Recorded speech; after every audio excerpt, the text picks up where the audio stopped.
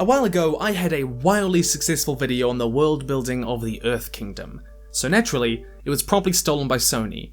So let's give it another go with the world building of the Fire Nation. And today's video even has a cool sponsor, CuriosityStream. You can watch thousands of non-fiction and documentary titles from people like David freaking Attenborough at curiositystream.com/HelloFutureMe. But why is it even cooler? Because of a thing called Nebula, a streaming service that I am actually a part of, as well as other amazing YouTubers that I know you watch, or you should watch. Links down below.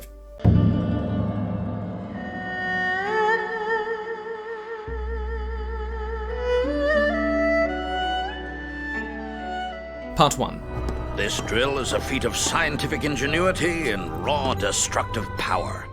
Placing the Fire Nation in the midst of an industrial revolution was one of the more interesting world-building choices the writers made in creating The Last Airbender. They've got train networks, steam power, hot air balloons by the end of the series, and they even researched chemistry. This is all in marked contrast to the lower tech levels of the water tribes in the Earth Kingdom, who haven't even researched loom. It would have been difficult to believe that such a smaller and less populous nation would have been able to go up against the Earth Kingdom, but historically, technological imbalance between the Islamic empires, European empires, and those they conquered was an important factor in their success. The writers seem to draw on this in giving the Fire Nation an edge in the 100-Year War. There is a reason for this geopolitical setup, but why the Fire Nation?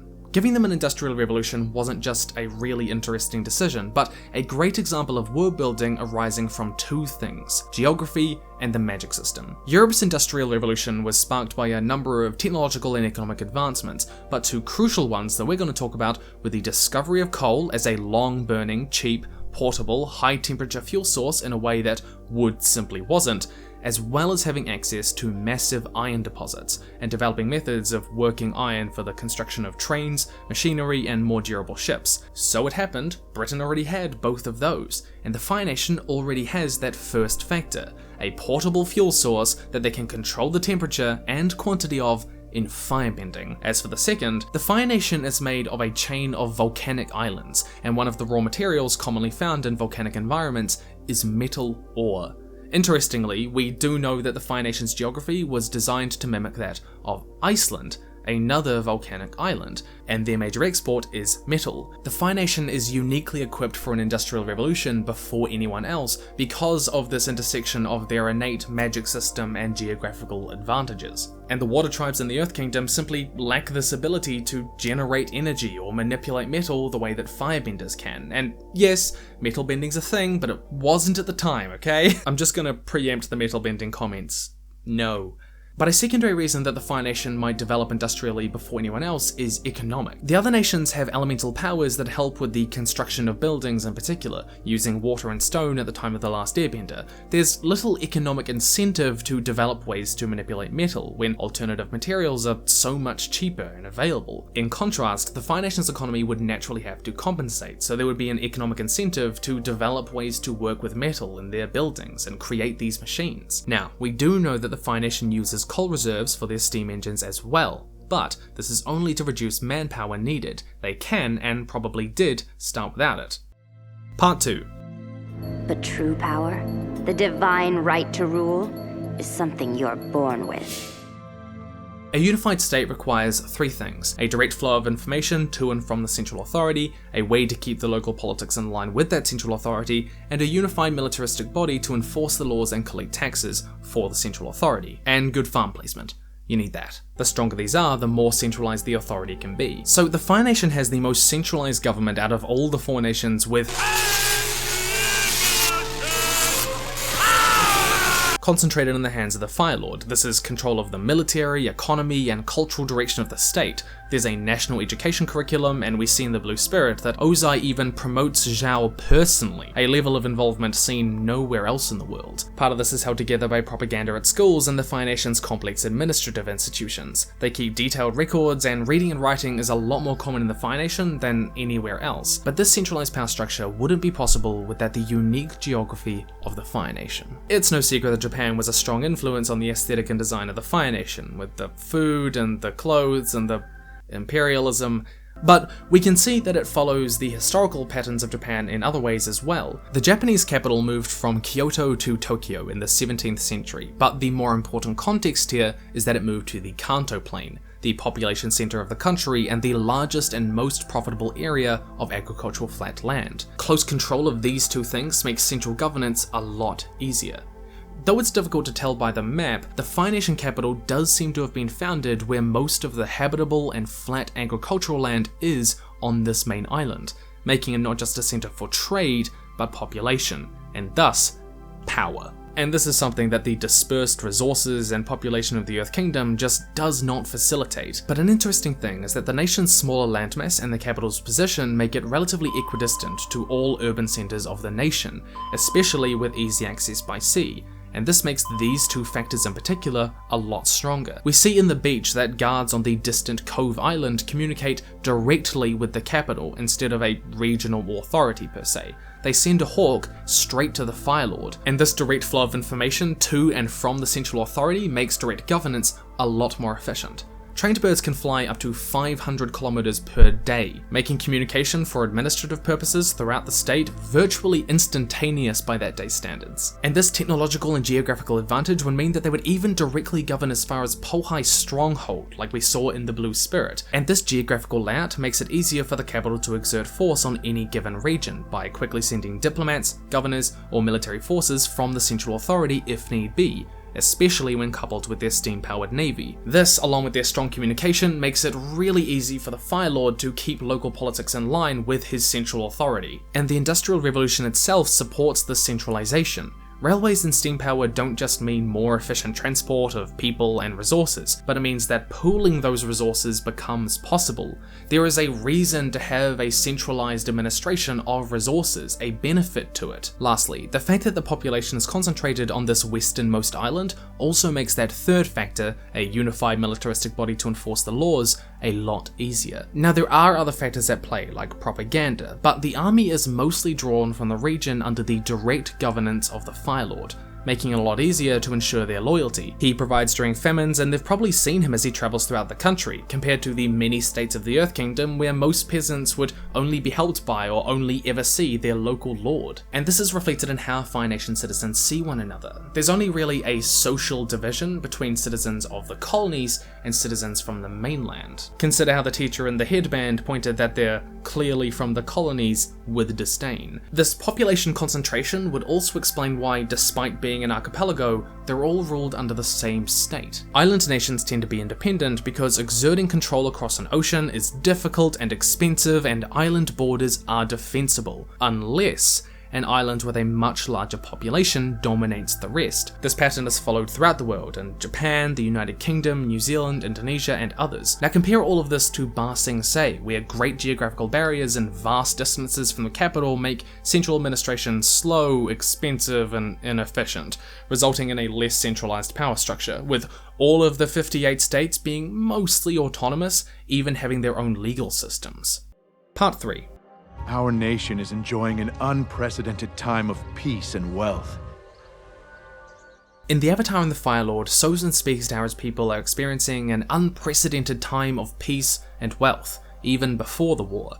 And the Fire Nation throughout the series does seem to be relatively wealthy compared to the rest of the world, and there's a good reason why the Fire Nation has a generally higher standard of living. Its geography as a chain of volcanic islands with an enclosed stretch of water and access to the mainland is perfectly situated for trade. The layout of these islands creates a natural navigable trade network between the cities of the region, as well as connecting all towns to the major urban capital, and it's this interconnectivity that generates wealth. Once free of internal strife from around the 4th century BG, the Fire Nation was naturally set up to prosper as a trade empire, both internally and externally, with the Earth Kingdom and Water Tribe ports in the Western Sea. And though we do see it as a naval power during The Last Airbender, this is actually a natural result of the Fire Nation being a seafaring civilization due to trade.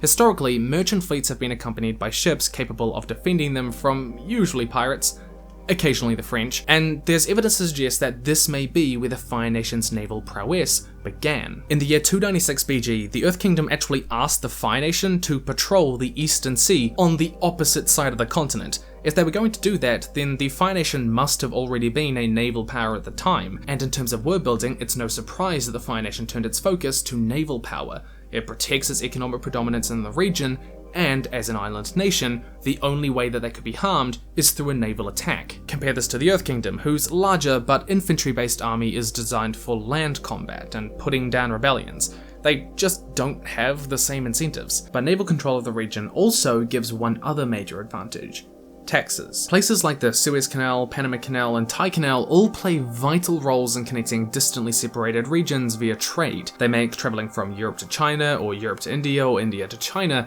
immensely quicker. And because of that, they cost a lot for ships to use. In the same way, it's remarkably quicker to travel through the Phoenician Straits between the islands than it is to go around when travelling between the northwestern states and the southern states of the Earth Kingdom, let alone between either of the water tribes. And the Phoenician does seem well aware of how they can exploit this for the homeland's benefit. They heavily tax port cities and have long used blockades to exert force in the region. And while there are alternate routes to Ba Sing Se, only arriving on the eastern coast makes it easy to transport goods to this major urban centre by using the inlet to the outer wall. The result of this, and the Phoenician being a naval power that protected and controlled this ocean, is that they would have taxed the immense trade passing through the region, a benefit that no other nation has. They're basically just taking wealth from the Earth Kingdom. But this focus on international trade may have been out of necessity. We spoke before about how the volcanic geography of the Phoenician means that it has access to large metal deposits, but they also have coal and valuable stones like gold. This is why the Phoenician has some of the most skilled blacksmiths in the world. But I mean, you can't eat coal or iron unless you really want to. But this is probably why the Phoenician developed an international trade network. Its land just isn't particularly suited for rice or vegetable production the way that the Earth Kingdom is. Rice typically grows in irrigated lowlands, which the mountainous land of the Phoenician is ill-suited for. Their farms were just continually exhausted. Because of this, as its population grew, it naturally became more dependent on imports. Thus, a strong naval force wasn't just about ensuring prosperity, but necessary to sustain the island chain. This is actually pretty similar to the economic position of Japan, whose mountainous landscape makes 70% of it difficult to develop for living and working. I talked a bit in my previous video about why the Phoenician took the northwestern Earth Kingdom at the opening of the 100-Year War. Fundamentally, it's because it's the region most rich in resources. What we can tell here is that taking this wasn't just a wise long-term strategy, but necessary if they were going to survive without international trade. And island colonialist powers like the UK have historically had resource-based strategies for extraction when it comes to where they choose to colonize. And the writers seem to go out of their way to show the Phoenician doing exactly this. There are good economic and geographical world-building reasons that they started the war here. But consider the concept of availability. The gold resources on these islands may give a different reason for why gold is a colour of the Phoenician. It may not simply be because it's the colour of the light and the sun, or it's their team colour, but because gold was a readily available resource, taking up a role in their culture the way that it did in Mesoamerican civilizations. Which, interestingly, we know that the Sun Warriors, a precursor Phoenician civilization, were based on. You can see it in their aesthetic. They took up the colour of gold because, why not? Likewise, the fact that fish is a readily available, cheap food source accessible to most population centres in the Phoenician made it a major part of its cuisine and export economy, unlike the inland Earth Kingdom, which has conventional livestock as part of its cultural food instead. It's about availability of resources. Part 4. She's a true prodigy. So, one really curious element of the Phoenicians' world building is gender equality. Yeah, not even kidding. Women are given the same education, they can enroll in the military, and they can take up political positions. There were probably some women during the air nomad genocide. #women can be fascist murderers too. Now, this doesn't mean that there aren't gender roles, but they seem to be a lot weaker than they are in other nations. And I think that this arises from how firebending influences two world-building elements: social stratification and distribution of power. I hate to be a Hobbesian when it comes to state formation, but when early Phoenician society began, a natural upper class formed from firebenders and strong firebending families, groups that could monopolize, defend, and control resources far more easily than non-benders could. And it wouldn't really matter if you were male or female, because firebending isn't heavily determined by the usual attributes of strength and stamina, like a sword fight often is, meaning that men don't have a natural advantage in firebending duels against women. The result of this is an upper-class wielding power that doesn't necessarily lend itself to gender inequality. This is even institutionalized by the Agni Kai, a firebending duel with a measure of legal power to determine disputes of property and otherwise, men and women can participate in these. This is also why, and I find this so damn cool, the Fire Nation royal family aren't just powerful firebenders, but they choose to only reproduce with other strong firebending families, not only a way of ensuring political ties with rivals, but literally keeping firebending power within the family. It's no wonder that only nobles are able to lightning bend during the last Airbender. But perhaps a more important factor in the Fire Nation's gender equality is specialization. Every society grows as people specialize. Individuals getting better at a specific role in society makes the whole society generally better off. And this folds down to gender roles, like we see in the Northern Water Tribe. Women are homemakers and men are warriors. But these world-building differences arise from the different roles that water and fire play in society. Waterbending has broadly two branches: martial and healing, so gender roles were easily divided along those lines as men and women specialized into essentially two different professions that reinforce gender roles. But firebending, on the other hand, has no such division. Whether male or female, they both specialize in the same way. In this sense, firebending is an equalizer. Gender doesn't matter to real or legal power distribution, and social norms can't easily divide it into social roles. Now, you might be wondering why this isn't the case with the Earth Kingdom. And I think it comes down to the fact that Earthbenders comprise a much lower percentage of the total population, so social norms will develop more independently of benders than it does in the Fire Nation. Part 5. I couldn't find a cool quote to fit this part. Interestingly, the island chain naturally fits in with the main continent. Its arc of islands follow the arc of Yue Bay, telling us that these lands likely broke off from the mainland prior. Additionally, the sunken gaps between the islands and the narrow strait between the mainland Earth Kingdom and the Fire Islands suggest that there was once a land bridge. I really appreciate this because it's a detail of the world building that is never really talked about, but it's definitely there. They paid attention to how now island civilizations like the UK and Japan came to be. Continental drift and land bridges formed so that the initial group of people could cross to them. It really builds into the subtlety of the last Airbender. The Fire Nation is a really interesting study in how island civilizations operate different to continental states. And if you want to learn more about world-building island cultures like the Fire Nation, then consider watching Samurai Castle on Curiosity Stream. It's a really cool documentary discussing how castle architecture evolved to accommodate geographical problems in Japan. An interesting thought experiment in world building, really. And what's even cooler is that you can get this and thousands of other titles for free for 31 days if you go to curiositystream.com/HelloFutureMe and use HelloFutureMe as your code at sign up. Just checking out the site below really does help. And it's only $2.99 per month after that, which is like nothing for those of you with no shame in your nerd game like me. And it comes with Nebula, which is even cooler because I'm a part of it alongside dozens of other YouTubers that are really cool, like Just Right, Lindsay Ellis, and tons more. Links are all below. Let me know how it goes, stay nerdy, and I'll see you in the future.